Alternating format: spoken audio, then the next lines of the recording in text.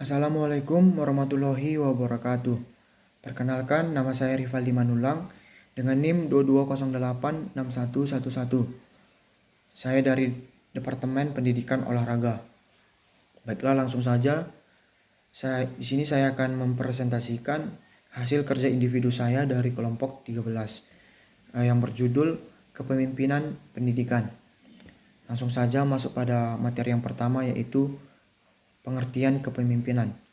Dapat kita lihat di sini bahwa secara umum definisi kepemimpinan adalah kemampuan seseorang pemimpin untuk mengendalikan, memimpin, mempengaruhi pikiran, perasaan atau tingkah laku orang lain untuk mencapai tujuan yang telah ditentukan sebelumnya. Di sini saya juga memaparkan beberapa pengertian kepemimpinan menurut para pakar. Yang pertama yaitu ada Coates dan O'Donnell pada tahun 1984. Mereka mendefinisikan kepemimpinan sebagai proses mempengaruhi sekelompok orang sehingga mau bekerja sungguh-sungguh untuk meraih tujuan kelompoknya. Yang kedua ada George R. Terry pada tahun 1960. Beliau menyampaikan bahwasannya kepemimpinan adalah kegiatan mempengaruhi orang-orang untuk berusaha mencapai tujuan bersama. Yang ketiga ada Slamet pada tahun 2002,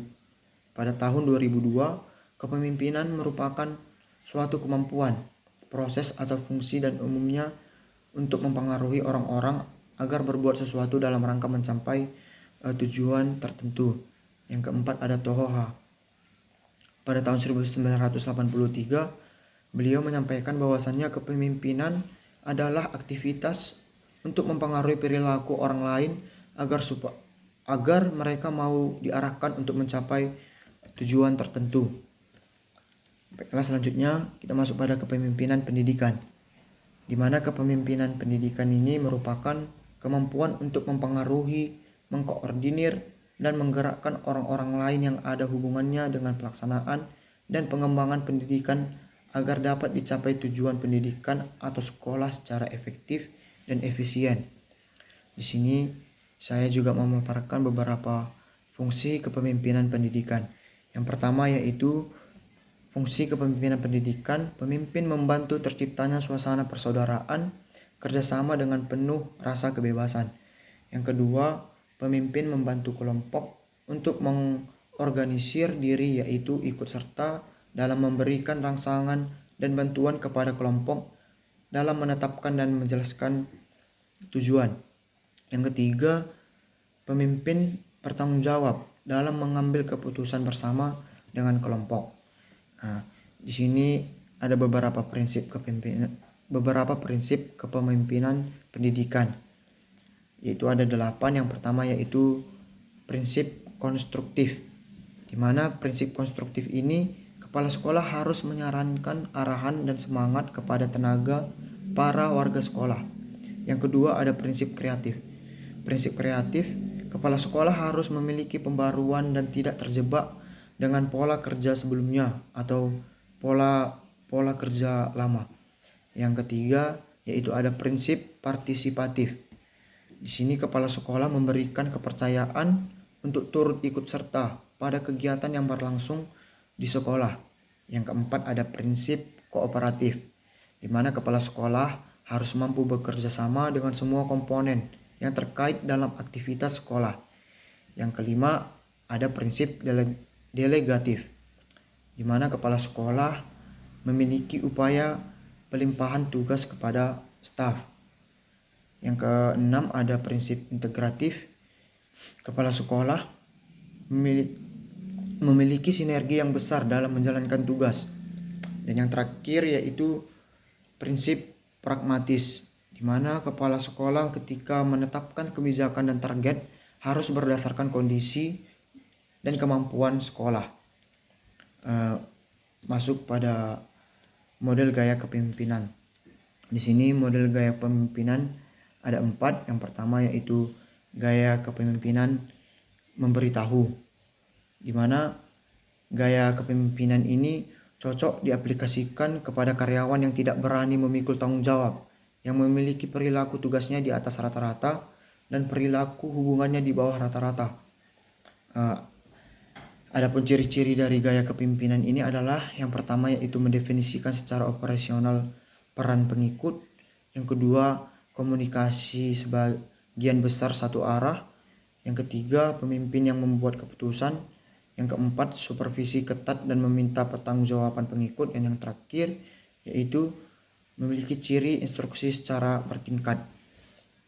Yang kedua itu ada model gaya kepemimpinan menjual, di mana model gaya kepemimpinan menjual ini terbentuk dari perilaku, tugas, dan hubungan di atas rata-rata. Pada gaya kepemimpinan ini, pemimpin menjelaskan keputusan, memberikan peluang untuk menjelaskan klarifikasi tugas kepada para pengikut.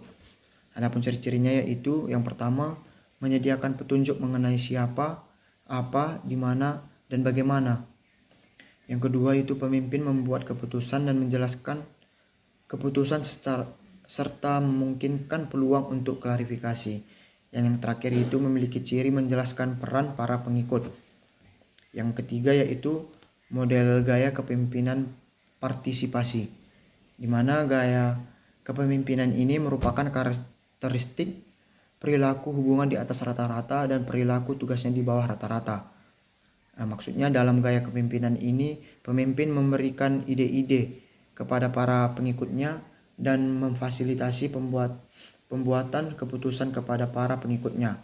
Adapun ciri-ciri kepemimpinan ini adalah yang pertama, membagi tanggung jawab. Yang kedua, memfokuskan kegiatan untuk mencapai hasil. Yang ketiga, menentukan langkah-langkah berikutnya. Yang keempat, memberikan dorongan dan dukungan. Yang selanjutnya, mendorong untuk memberikan masukan. Dan yang terakhir itu memiliki ciri aktif mendengarkan apa yang dikemukakan para karyawan. Dan terakhir itu model gaya kepemimpinan delegasi, di mana kepemimpinan mendelegasikan perilaku tugas dan perilaku hubungan di bawah rata-rata. Pada gaya kepemimpinan ini memberikan tanggung jawab dan pembuatan keputusan serta pelaksanaan aktivitas kepada para pengikutnya. Adapun ciri pada model gaya kepemimpinan delegasi ini yang pertama, mendengar untuk mengevaluasi perkembangan. Yang kedua, mendelegasikan tugas dan aktivitas. Yang ketiga, memiliki ciri pengikut membuat keputusan. Yang keempat, ada mendorong kebebasan untuk mengambil risiko. Yang kelima, supervisi longgar. Yang keenam, memonitor aktivitas. Dan yang terakhir itu memiliki ciri selalu mudah dihubungi. Selanjutnya masuk pada materi gaya kepemimpinan kepala sekolah. Yang pertama itu ada tipe otoriter, di mana tipe otoriter ini seperti yang kita ketahui bahwa kekuasaan otoriter gaya kepemimpinan berdasarkan pada kekuasaan yang mutlak dan penuh. Dalam kepemimpinan yang otoriter, pemimpin bertindak sebagai diktator terhadap anggota kelompok. Artinya di sini segala ketentuan dan keputusan berada di tangan si pemimpin. Yang kedua yaitu tipe laissez-faire atau kepemimpinan bebas, di mana pemimpin tidak memberikan kepemimpinannya, melainkan membiarkan bawahannya berbuat sekendaknya. Keberhasilan lembaga ditentukan atas kesadaran dan dedikasi anggota kelompok. Struktur organisasinya kabur, segala kegiatan dilakukan tanpa rencana dan tanpa pengawasan dari pemimpin ataupun pimpinan. Yang ketiga yaitu ada tipe demokratis, di mana yang dimaksud dengan tipe kepemimpinan demokratis ini adalah gaya atau cara memimpin yang demokratis dan bukan karena dipilihnya si pemimpin secara demokratis. Tipe yang demokratis seperti ini misalnya saja si pemimpin memberikan kebebasan dan keleluasaan kepada para bawahan dan pengikutnya untuk mengemukakan pendapat-pendapat mereka. Baiklah, sekian yang dapat saya sampaikan pada presentasi pada kali ini. Lebih kurangnya saya mohon maaf. Sekian, terima kasih. Saya tutup dengan wassalamualaikum warahmatullahi wabarakatuh.